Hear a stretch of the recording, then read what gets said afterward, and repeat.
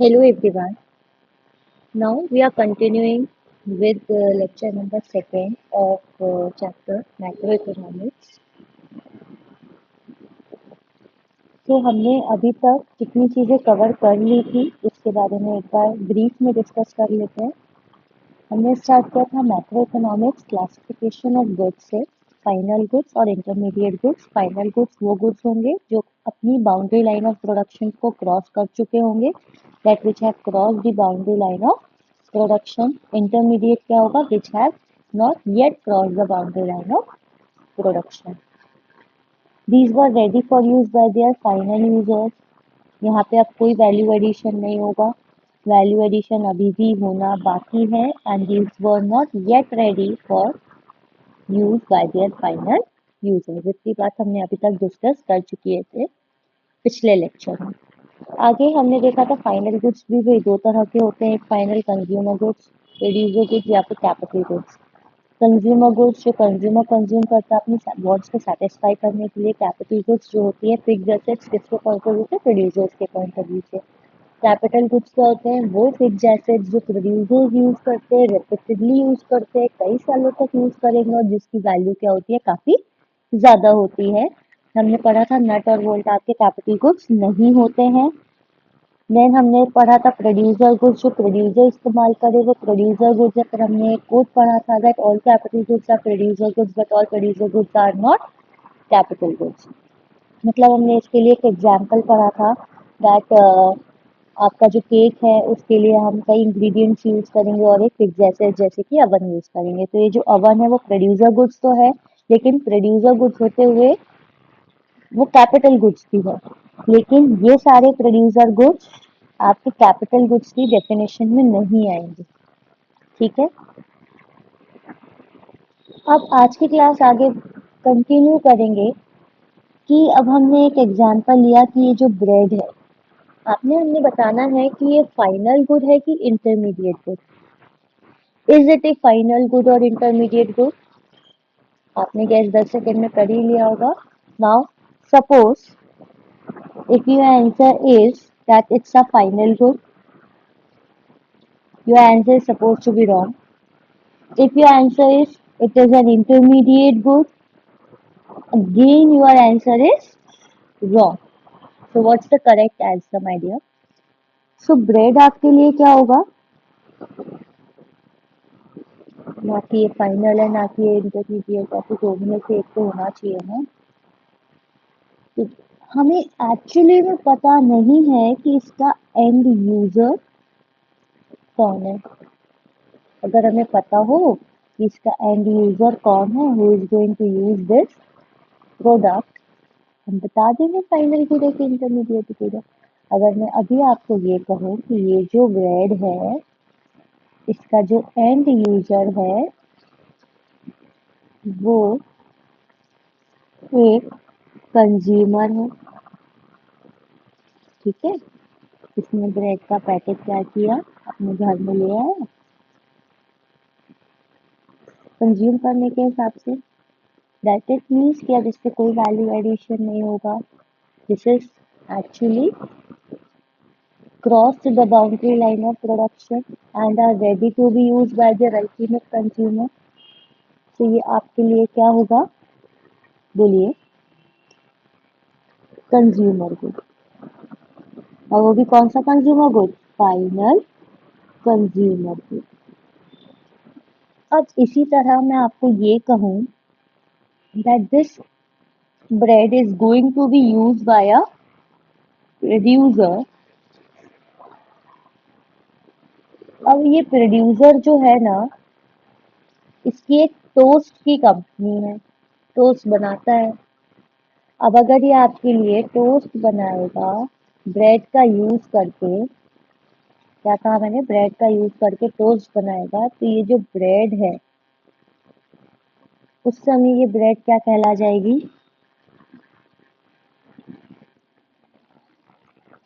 Intermediate goods. उस समय ये ब्रेड क्या हो जाएगी? Intermediate goods. Why? Because value is still yet to be added in this bread. This is not going to be used by the final user, that is the consumer. Toast बनेगा फिर वो बिकेगा। जब तक के लिए क्या होगा, वो इंटरमीडिएट गुड्स होगा। तो फाइनली अगर हमसे कोई भी एक्स वाई जेड प्रोडक्ट के लिए पूछ लिया, बताए बोले बताइए कि फाइनल गुड है कि इंटरमीडिएट है, तो हम उसे कैसे रिकॉग्नाइज करेंगे? हम ये देखेंगे कि वो प्रोडक्ट का एंड यूजर कौन है, who whatsoever be the product. हमें ये पता करना है कि एंड यूजर कौन है। एक बार हमें एंड यूजर पता चल जाए तो हम बता देंगे कि वो प्रोडक्ट आपके लिए फाइनल गुड्स होगा कि इंटरमीडिएट गुड्स होगा। ठीक है,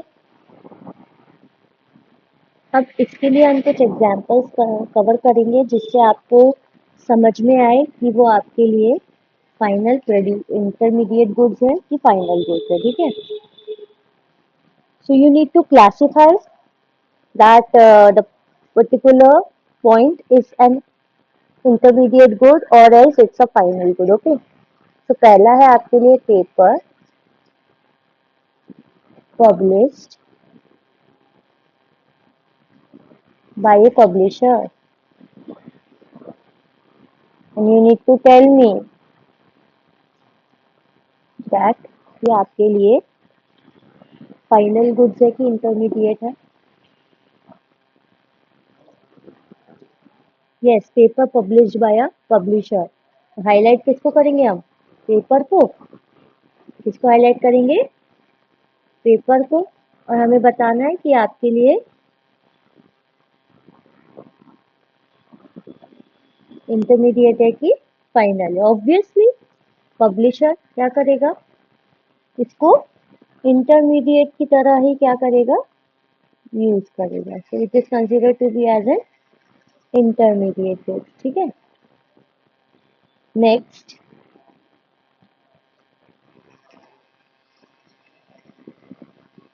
coal purchased by a factory।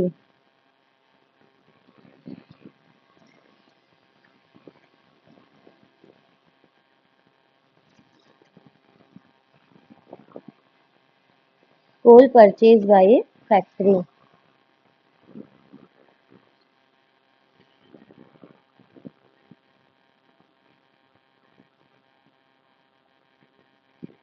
coal purchased by a factory, it's a final goods or an intermediate goods।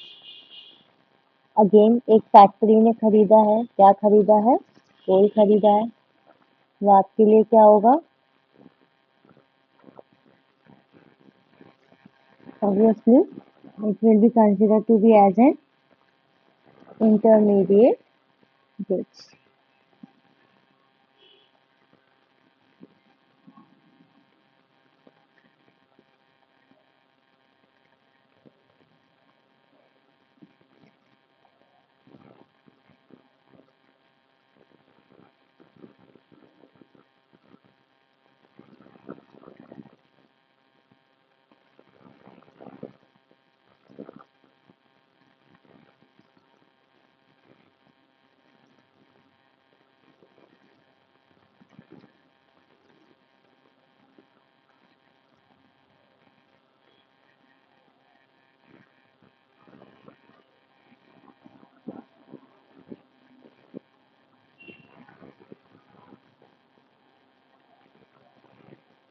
Okay, आगे बढ़ते हैं। Furniture purchase by a school.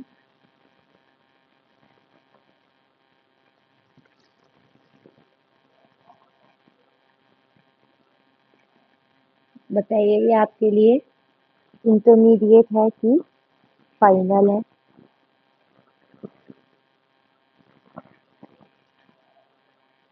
तो फर्नीचर के बाद कोई वैल्यू एडिशन हो रहा है आपके स्कूल में? जो फर्नीचर रखा होता है, कोई वैल्यू एडिशन हो रहा है? नहीं हो रहा, it will be categorized as final good.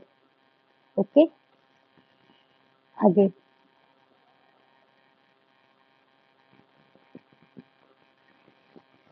Next देखते हैं।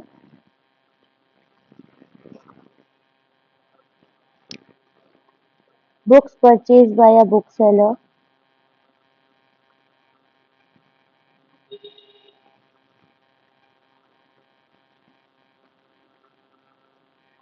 बताइएगा, book purchase by a book seller.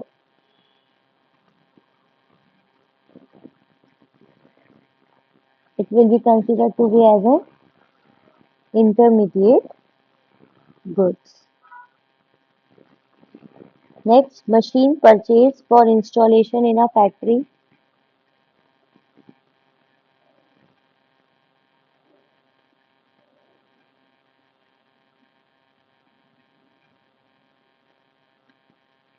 तो ये कौन सा गुड्स हो जाएगा? Final goods.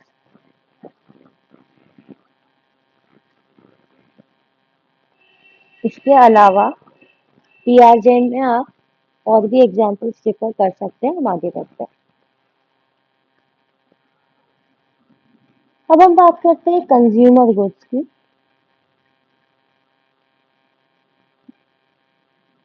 तो एक बार हम लोग डिस्कस कर लें कंज्यूमर गुड्स क्या होते हैं। Consumer goods are those goods which have crossed the boundary line of production and are ready to be used by their final users called consumer for satisfaction of their wants. जो आपके consumer goods हैं उनको कितने parts में divide किया गया है?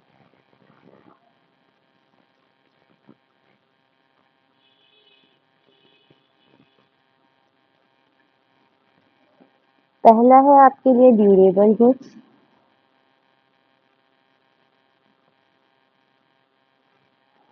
Next है आपके लिए semi durable goods,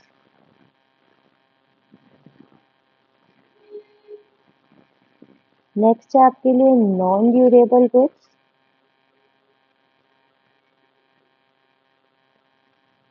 then non material goods.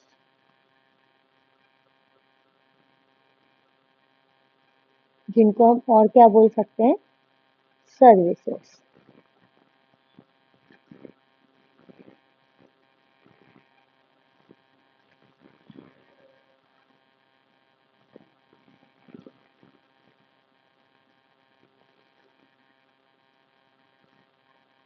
तो ड्यूरेबल गुड्स क्या होंगे? नाम से समझ में आ रहा है ड्यूरेबल। ड्यूरेबल मीन्स जो लंबे समय तक चल सके, जो थोड़ी सी ज्यादा कॉस्टली होते हैं, वो हमारे लिए कौन से गुड्स कहलाएंगे? Durable goods. Like television, radio, car, scooter, washing machine, ये कुछ एग्जाम्पल हो गए आपके लिए ड्यूरेबल गुड्स के। तो ड्यूरेबल गुड्स बेसिकली क्या होंगे? Durable consumption goods, durable consumption goods are those goods which can be used for several years, which can be used for several years and are of relatively high value. So बात समझ में आ रही है? Durable consumption goods are those goods which can be used for several years and are of relatively high value. ऐसे goods जो कई सालों तक हम यूज करने वाले हैं और जिनकी कीमत क्या होती है? काफी ज्यादा होती है।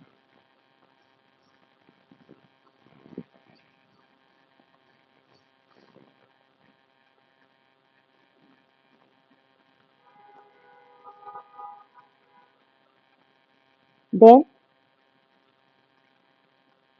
इसके एग्जाम्पल्स क्या होंगे? TV, radio, car, scooter, washing machine etcetera. Then semi durable goods में हम लिखेंगे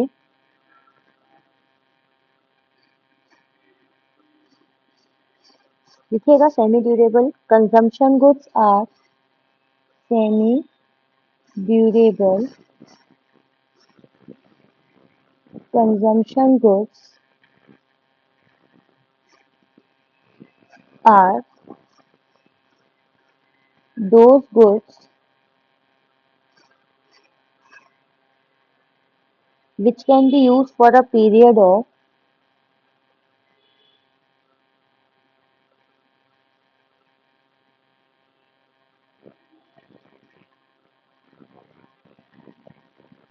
1 year or slightly more. Example, अब ऐसे गुड्स जो आप लगभग लगभग 1 साल तक यूज कर सकते हैं या उससे थोड़ा ज्यादा, इसके एग्जाम्पल क्या हो सकते हैं आपके लिए? इसके एग्जाम्पल हो जाएंगे आपके क्रॉकरी, और क्या एग्जाम्पल हो जाएगा इसका? बोलो बोलो। क्लोथ्स, या फिर इलेक्ट्रिक गुड्स एक्सेट्रा, ये आपके लिए क्या हो जाएंगे? Semi durable goods. अब बात करते हैं आपके लिए non durable goods. Non durable goods क्या होंगे? Single use goods. ओके, इसको और क्या बोल सकते हैं? Single use consumption goods. Single use consumption goods क्या होंगे? Are those goods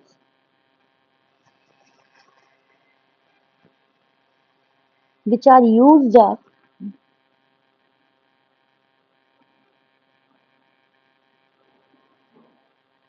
in a single act of consumption।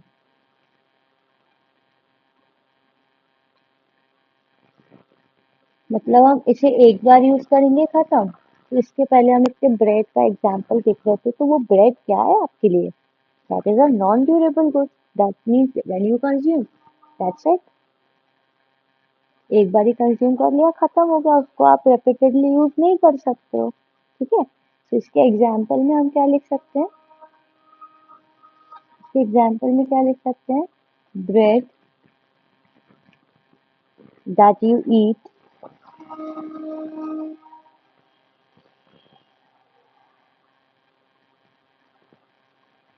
is used up in a single act of consumption, is used up in a single act of consumption,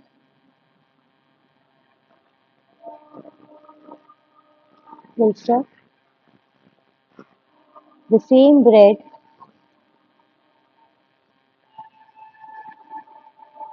cannot be used again, and also these goods are of relatively low value। So single use consumption goods क्या होगा, या non durable goods जिसको हम बोलेंगे, जो आप एक ही बार इस्तेमाल कर सकते हो, इस्तेमाल के बाद खत्म हो जाएगा, आप उसको दोबारा फिर यूज नहीं कर सकते। एग्जाम्पल में हमने बताया ब्रेड, जो आप यूज करते हो सिंगल एक्ट ऑफ कंजम्पशन के लिए, वही ब्रेड आप दोबारा यूज नहीं कर सकते हो। हाँ, और ये गुड्स की वैल्यू क्या होती है? काफी हद तक कम होती है। तो ये बात हो गई किसकी? नॉन ड्यूरेबल गुड्स की।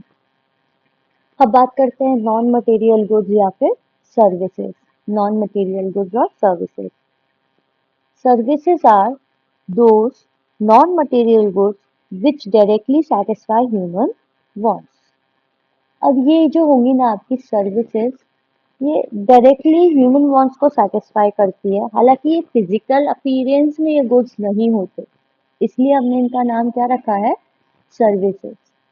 तो आपको पता होगा services are intangible in nature, दिखाई नहीं दे सकती, लेकिन यस आप उसकी प्रेजेंस एग्जिस्ट करती है, आप उसे फील कर सकते हो। ठीक है, you can experience them. Okay, right now here I am explaining you a particular lecture so यहाँ पर मैं आपको जो सर्विसेज प्रोवाइड कर रही हूँ that is basically intangible in nature. तो यही एग्जाम्पल हो जाएगा नॉन मटेरियल गुड्स का, जो डायरेक्टली ह्यूमन वांट्स को सेटिस्फाई करेगी। ठीक है, तो इसके लिए हम क्या लिखेंगे बुलेट पॉइंट में, services are those non material goods, services are those non material goods which directly satisfy human wants। अब इसका एग्जाम्पल क्या हो जाएगा, डॉक्टर की सर्विसेज या फिर लॉयर की सर्विसेज, डोमेस्टिक सर्वेंट की सर्विसेज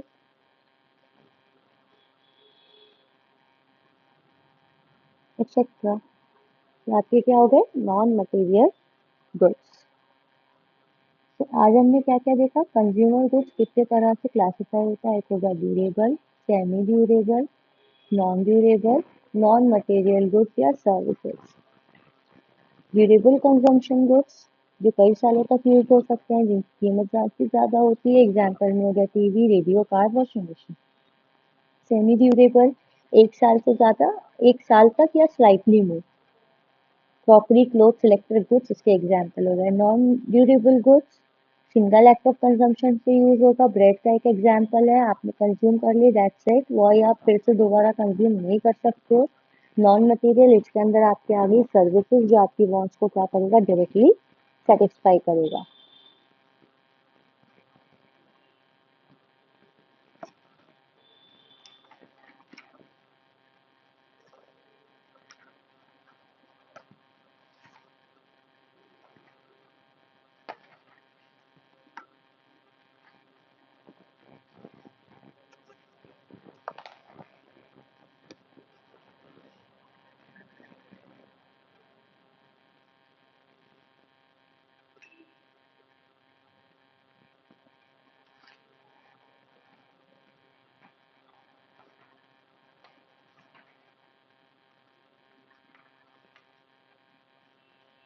तो हम बात करते हैं अगले टॉपिक की,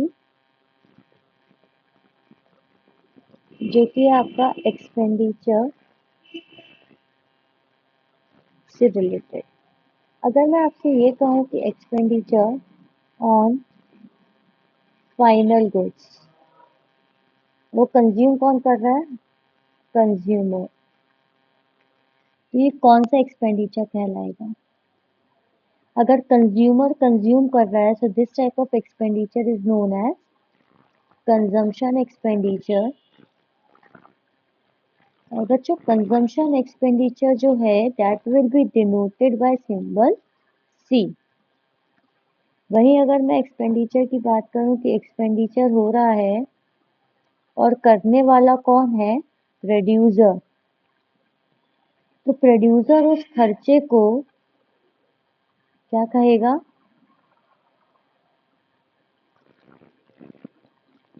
investment expenditure, and generally this investment is expenditure is denoted by symbol I। तो अगर मैं आपसे ये कहूँ कि फाइनल गुड्स पे अगर एक्सपेंडिचर हो रहा है तो उसका सम टोटल क्या होगा, सम टोटल होगा C plus I। Hope this concept is again clear to you. आगे बढ़ते हैं।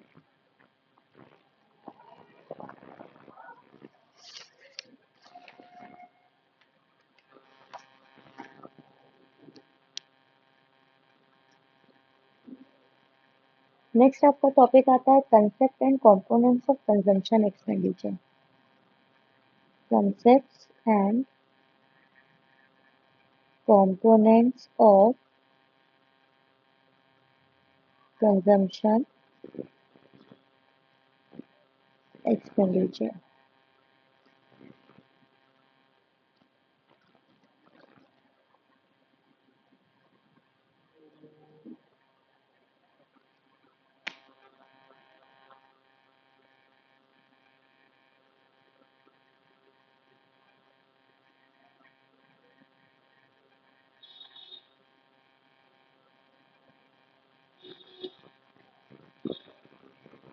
consumption expenditure refers to aggregate consumption expenditure in the economy. अगर मैं कंजम्पशन एक्सपेंडिचर की बात कर रही हूँ तो कंजम्पशन एक्सपेंडिचर क्या है कि आप अपने इकोनॉमी में कितना एक्सपेंडिचर कर रहे हैं एग्रीगेट लेवल पर, refers to aggregate consumption expenditure in an economy. So economy is broadly classified from consumer point of view, consumer of an economy, okay? Consumer of an economy is broadly classified as number one, household, number two, government, and number three, non-profit private institutions. तो अगर हम बात करें house की तो ये हम और आप जैसे लोग हुए. So as a consumer we purchase, we buy what? We buy consumer goods for satisfaction of our wants.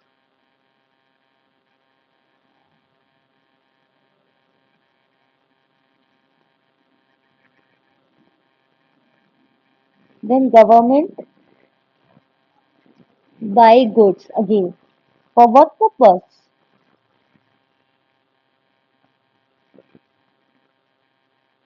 Government क्यों खरीदेगी? वो भी कंज्यूमर गुड्स फॉर डिस्ट्रीब्यूशन. उसका आंसर क्या रहेगा? For distribution. To whom? Distribution किसको करना है? डिफेंस फोर्सेस को. आपको पता होगा मिड डे मील वगैरह में गवर्नमेंट क्या करती है? राशन वगैरह देती है.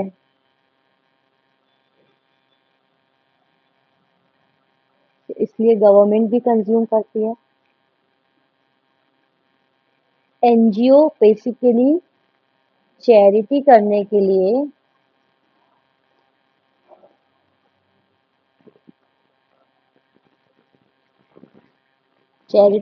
लिए क्या करता है? गुड्स को कंज्यूम करता है. ठीक है.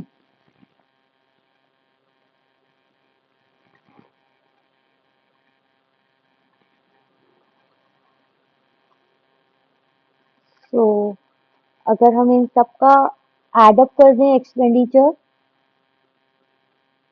एग्रीगेट कंजम्पशन एक्सपेंडिचर मिल जाएगा हमें. तो ये आपका क्या कहलाएगा? कंजम्पशन एक्सपेंडिचर कहलाएगा.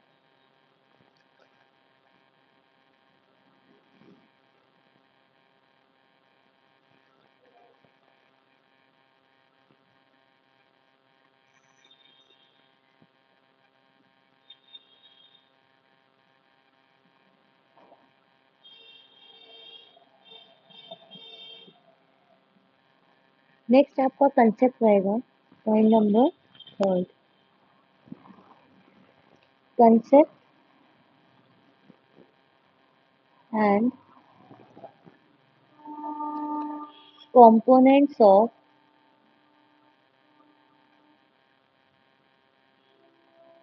investment. Concept and components of investment. अब इसके लिए पहला क्वेश्चन आता है, व्हाट इज इन्वेस्टमेंट? तो इसके आंसर में आप क्या लिखेंगे?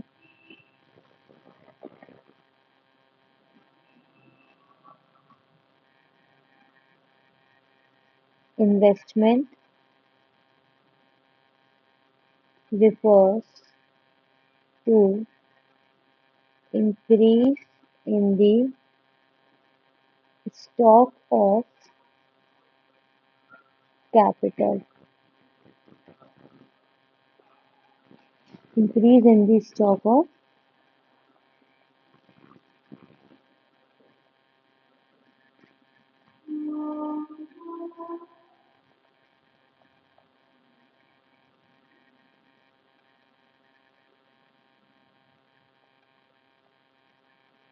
investment refers to increase in the stock of capital। मतलब अगर आपने साल की शुरुआत में 1 लाख रुपए लगाए हैं और ईयर एंड में वो कंप्लीट होते होते 1.5 लाख रुपए बन गए, तो कितना इंक्रीज हुआ स्टॉक ऑफ कैपिटल में? ये आपकी कैपिटल थी एट द बिगिनिंग, मतलब इसको आप क्या बोलेंगे? Opening capital. और ये आपकी हो गई क्लोजिंग कैपिटल। इन दोनों का डिफरेंस में कितना कैपिटल फॉर्मेशन हुआ, कितना इंक्रीज हुआ, वही आपका क्या कहलाएगा? इन्वेस्टमेंट कहलाएगा। ठीक है। स्टॉक ऑफ कैपिटल को हम चेंज इन के से डिनोट करते हैं। Change in capital stock during the year. Capital stock को हम के से डिनोट करेंगे। के स्टैंड्स फॉर कैपिटल स्टॉक और चेंज इन के stands for change in capital stock during the year।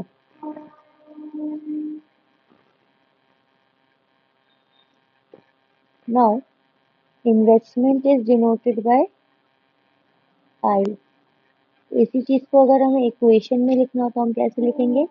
Investment is equal to change in stock of capital, मतलब कितना आपका कैपिटल फॉर्मेशन हो रहा है, वो आपके लिए क्या हो जाएगा? इन्वेस्टमेंट हो जाएगा। अगेन हम देखते हैं what is investment. Investment refers to increase in the stock of capital. ठीक है, खूब बात समझ में आई होगी।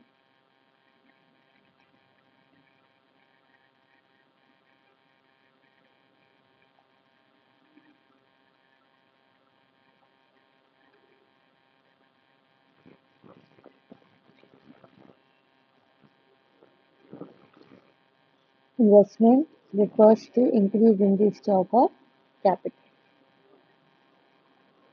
Yes, this change in capital stock, ये change in capital stock जो है, इसी को हम क्या बोलेंगे? Capital formation.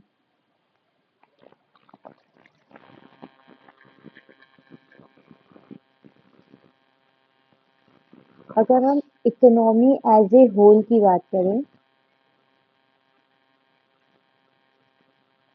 From the view point of economy as a whole, investment का मतलब क्या हो जाएगा पता है?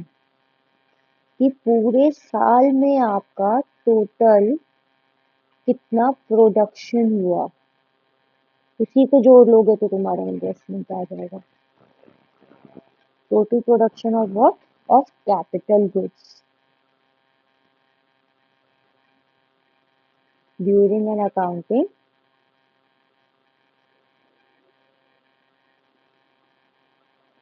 ईयर, ये आपके लिए क्या हो जाएगा? इन्वेस्टमेंट हो जाएगा। आगे बढ़ते हैं।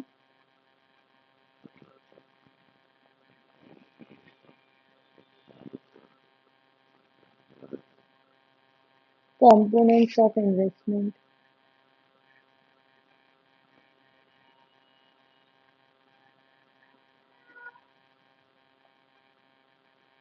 Components of investment.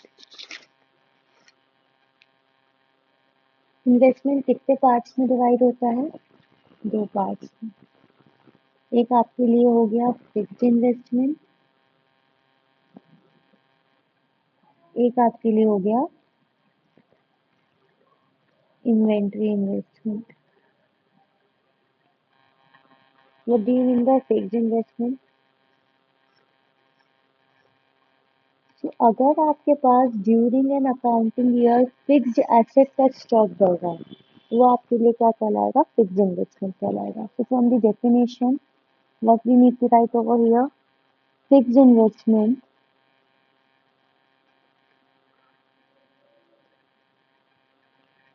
refers to increase in the stock of fixed assets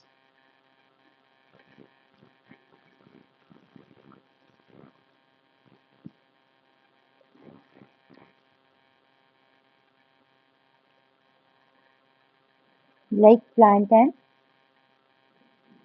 machinery during an accounting year.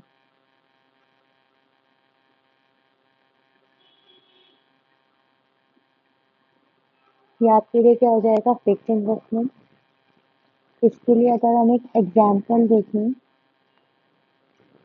तो क्या होगा कि मान लीजिए आपके पास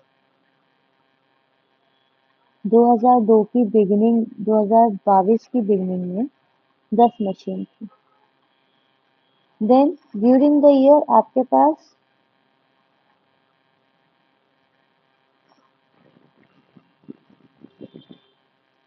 2 मशीन बढ़ गई। तो आप बता सकते हैं ईयर एंड में आपके पास कितनी मशीनें रहेंगी?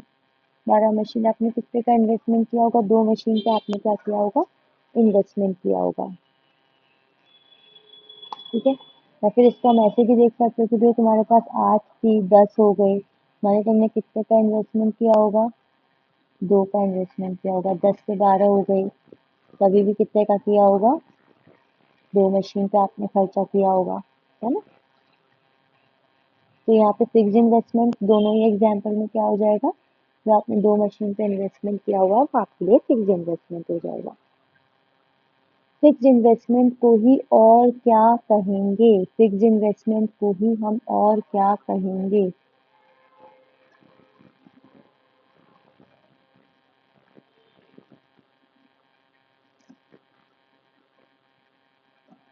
फिक्स इन्वेस्टमेंट को ही हम कहेंगे फिक्स्ड, है ना?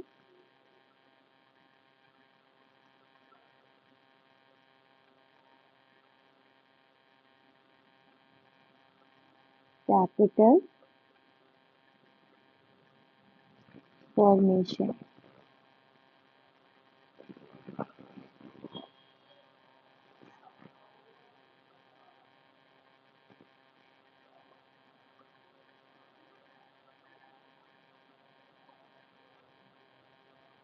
वही अगर हम बात करें इन्वेंट्री इन्वेस्टमेंट के लिए, तो इन्वेंट्री इन्वेस्टमेंट क्या है? So inventory investment consists of investment in terms of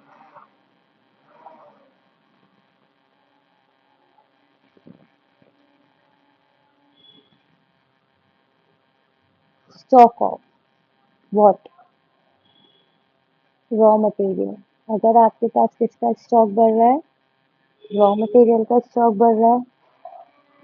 किसका स्टॉक बढ़ रहा है? फिनिश गुड्स का स्टॉक बढ़ रहा है। ये आपके लिए क्या हो जाएगा?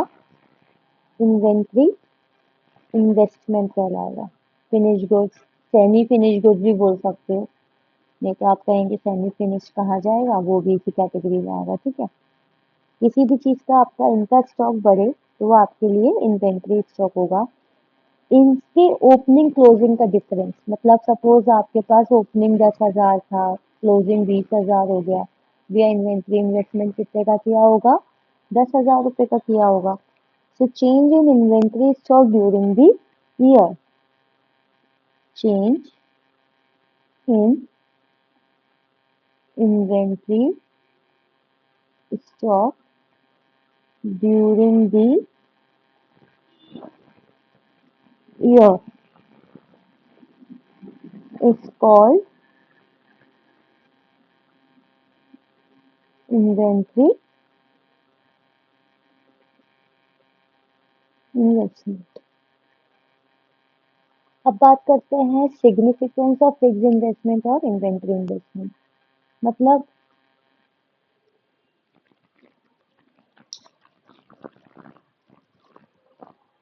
फिक्स इन्वेस्टमेंट कहाँ जरूरी है और इन्वेंट्री इन्वेस्टमेंट कहाँ जरूरी है?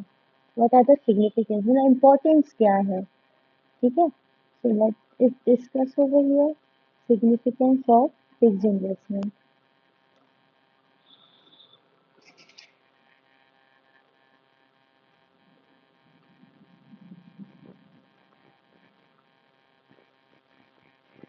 एक बार बताइए फिक्स इन्वेस्टमेंट क्या है?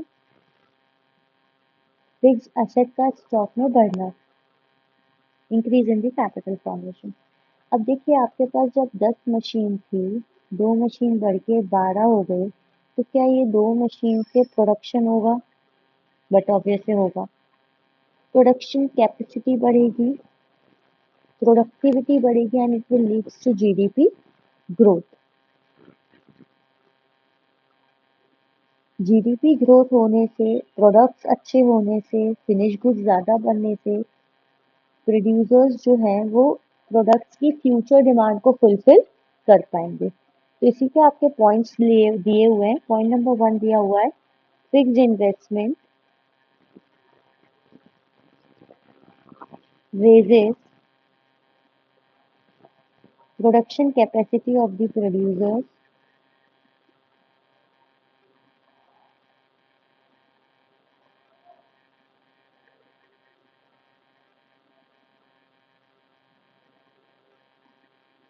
Second point, by raising production capacity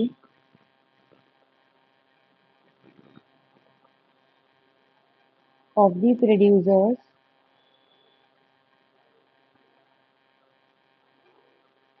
fixed investment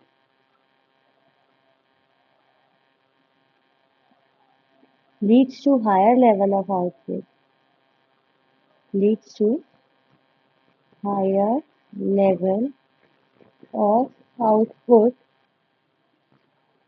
in an economic. Third point है higher level of output leads to higher higher rate of economic growth.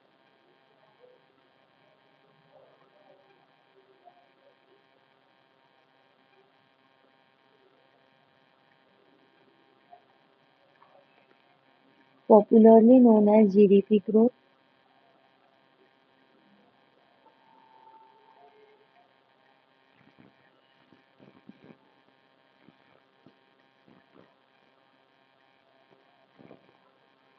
Stock of finished goods is significant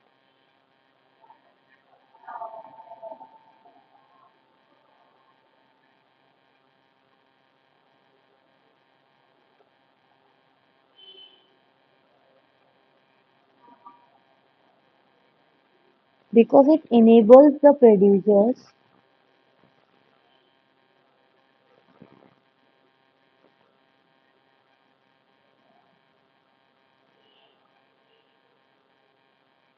to meet the potential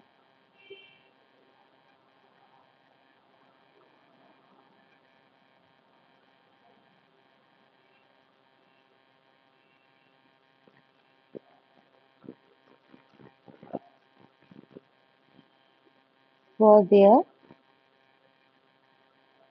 product। तो कौन से 4 points हैं एक बार वापस से देख लेते हैं। Significance of fixed investment. Fixed investment raises the production capacity of the producers। Fixed investment जैसे 8 से 10 मशीन हुई तो प्रोडक्शन कैपेसिटी बढ़ेगी। प्रोडक्शन कैपेसिटी बढ़ने से आपकी इकोनॉमी में क्या होगा? Higher level of output. Higher level of output से क्या होगी? Higher rate of economic growth, जिसको हम क्या बोलेंगे? GDP growth. और सिग्निफिकेंट क्यों है स्टॉक ऑफ फिनिश गुड्स का बढ़ना? ताकि वो अपने पोटेंशियल जो फ्यूचर की डिमांड है उसको आप पूरा कर पाओगे। अब बात करते हैं इन्वेंट्री इन्वेस्टमेंट के सिग्निफिकेंस की। तो नेक्स्ट साइड हेडिंग रहेगी सिग्निफिकेंस ऑफ इन्वेंट्री इन्वेस्टमेंट। अब क्या होगा? आपके पास 10 मशीन तो है लेकिन आपके पास रॉ मटेरियल ही नहीं है। अगर रॉ मटेरियल ही नहीं है तो क्या वो फिनिश गुड्स में कन्वर्ट हो पाएगा? बिल्कुल नहीं हो पाएगा। तो करना क्या होगा? अगर आपको चाहिए अनइंटरप्टेड सप्लाई ऑफ इनपुट्स, तो उसके लिए आपको इन्वेंटरी इन्वेस्टमेंट करना ज़रूरी हो जाएगा, ठीक है। तो अगर आप अपना रॉ मटेरियल परचेज करते हैं टाइमली, तो इससे कोई इंटरप्शन नहीं होगा, ठीक है, आपके इनपुट्स में। तो पहला सिग्निफिकेंस इसी पॉइंट को डिनोट करता है। लिखा है it ensures uninterrupted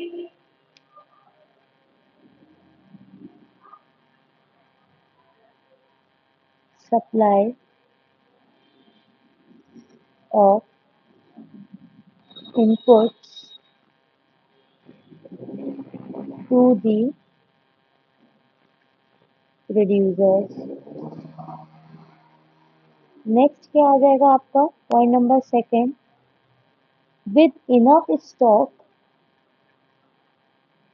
with enough stock of raw material, the producers can avoid day-to-day purchases from the market. The producers can avoid day-to-day purchases from the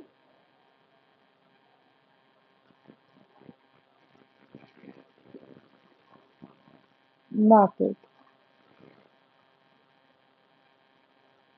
तो आपको बार बार मार्केट में जाके खरीदारी नहीं करनी पड़ेगी, आपके पास स्टॉक अवेलेबल है, ठीक है। सो जो अनसर्टिनिटीज रहेगी कि भैया प्राइस कभी ज़्यादा हो जाती है, कभी कम हो जाती है ना, कभी प्रोडक्ट्स की सप्लाई ज़्यादा कम हो जाती है, कभी हो सकता है आपको रॉ मटेरियल चाहिए और मार्केट में है ही नहीं या बहुत महंगा बिक रहा है।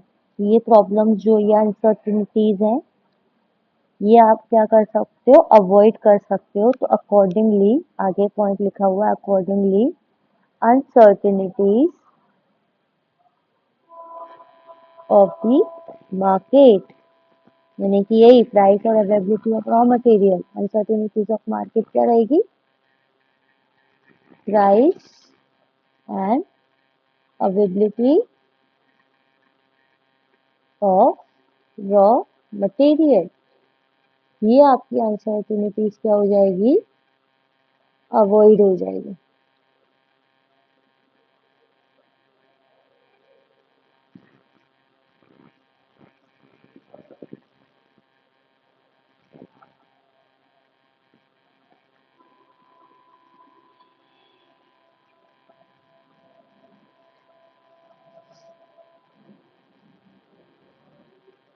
ठीक है,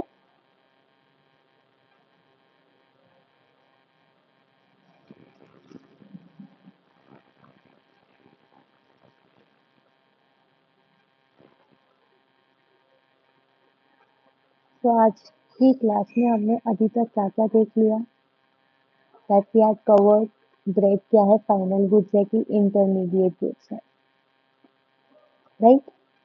सो हमने क्या कहा कि भैया एंड यूजर पे डिपेंड करता है कि same product final consumer goods है कि प्रोड्यूसर गुड्स है। कुछ एग्जांपल्स हमने देखे कि कंज्यूमर गुड्स का क्लासिफिकेशन किया, durable, semi durable, non durable, services, durable जो आप कई सालों तक यूज कर सकते हैं, जो आपके हाई वैल्यू के हैं, सेमी ड्यूरेबल जो आप एक साल या उससे थोड़ा ज़्यादा यूज कर सकते हैं, एग्जाम्पल में क्रॉकरी क्लोथ्स हो गया। नॉन ड्यूरेबल गुड्स आपके हो गए सिंगल यूज कंजम्पशन गुड्स जो आप एक ही बार यूज़ कर सकते हो। इसका एग्जांपल ब्रेड हो गया, आप दोबारा से इसको यूज़ नहीं कर सकते। नॉन मटेरियल गुड्स हो गया जो आपकी वांट्स को डायरेक्टली सेटिस्फाई करता है, these were also called as services. Example में हो गया doctor lawyer, domestic servant etcetera. फिर एक्सपेंडिचर हमने बात की, एक्सपेंडिचर अगर कंज्यूमर कर रहा है, कंजम्पशन एक्सपेंडिचर है, प्रोड्यूसर कर रहा है, इन्वेस्टमेंट एक्सपेंडिचर है। एग्रीगेट एक्सपेंडिचर को हमने क्या करना है, सी और आई को प्लस कर देना है, यानी consumption expenditure plus investment expenditure. Consumption expenditure क्या होगा, एक्सपेंडिचर एग्रीगेट कंजम्पशन एक्सपेंडिचर एक इकोनॉमी का। इकोनॉमी ब्रॉडली कितने तरह में क्लासिफाई होगी, तीन तरह में, household, government, not for profit organisation. Household buy करेगा सेटिस्फेक्शन के लिए, गवर्नमेंट बाय करेगा भैया डिफेंस फोर्सेज में बांटना है, मिड डे मील में बांटना है, और नॉट फॉर प्रॉफिट आपका चैरिटी वगैरह के लिए गुड्स को खरीदेगा। देन हमने नेक्स्ट हमने कवर करना है पॉइंट, नेक्स्ट पॉइंट था concept and components of investment. हमने देखा इन्वेस्टमेंट क्या है, इन्वेस्टमेंट का increase in the stock of capital. I investment के लिए है, के कैपिटल स्टॉक के लिए चेंज इन के है, change in capital stock during the year. Investment आपके दो तरह में क्लासिफाई होंगे, fixed investment, inventory investment. Fixed investment मतलब फिक्स्ड एसेट्स का स्टॉक बढ़ना, इन्वेंट्री इन्वेस्टमेंट मतलब रॉ मटेरियल, फिनिश गुड्स का स्टॉक बढ़ना। फिक्स्ड इन्वेस्टमेंट की सिग्निफिकेंस है, प्रोडक्शन कैपेसिटी बढ़ेगी, इकोनॉमिक ग्रोथ होगी, जीडीपी ग्रोथ होगी, फ्यूचर डिमांड को कोप अप कर सकते हो। Apart from that significance of inventory investment, ये अनइंटरप्टेड सप्लाई के लिए जरूरी है, आपके पास इनफ स्टॉक रहेगा रॉ मटेरियल का, आपको अनसर्टेनिटीज फेस नहीं करनी पड़ेगी। ये हमने देखा किसके बारे में, इन्वेंट्री इन्वेस्टमेंट के बारे में।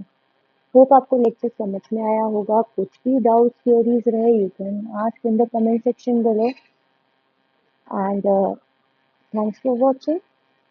If you like this video, please do subscribe our channel. Thank you so much. Bye bye.